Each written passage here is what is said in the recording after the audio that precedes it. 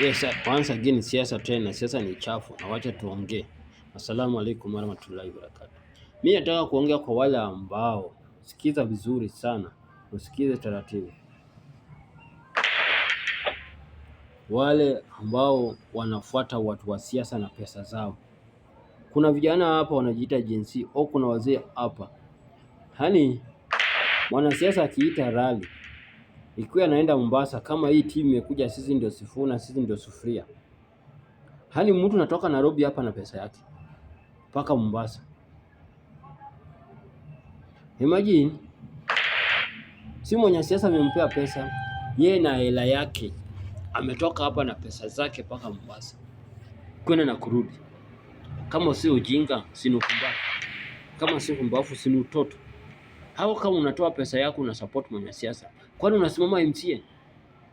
Kwani unasimama senator na hiyo chama yake? Kwani unasimama nini kwa hiyo chama? Ndio ujue hata ukitumia mafia zako ujue bado unajimarket. Mtu yeko tu hapa kwa TikTok. Mtu anakaa hapa tu kama kijijini, anakaa hapa ghetto, anakaa hapa hizi ma estate, anakaa hapa pipeline. Hali mtu anachukua pesa yake anafuatana Sifuna Mombasa. Anachukua pesa yake anafuata Sifuna Nakuru. Anachukua pesa yake anatafuta Sifuna Kakamega au Vihiga au Kisumu. Kama wewe si mjinga wewe ni nini? Unatumia pesa yako kufuata mwanasiasa. Au mwanasiasa ndio unafaa kutolea pesa mfuate. Alafu unasema unataka change.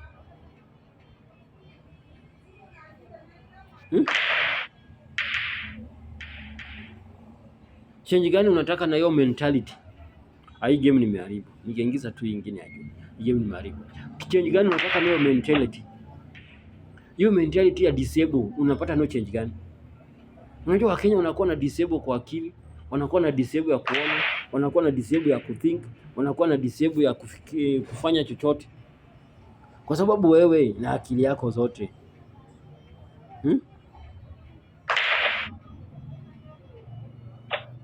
How come wewe na akili zako zote mlipie mtu, utoe pesa yako, unafuata mtu pale anaenda mwanasiasa. Ukiwa uko 2 term, ukiwa uko 1 term. Mwanasiasa ndio anafaa atoe pesa zake.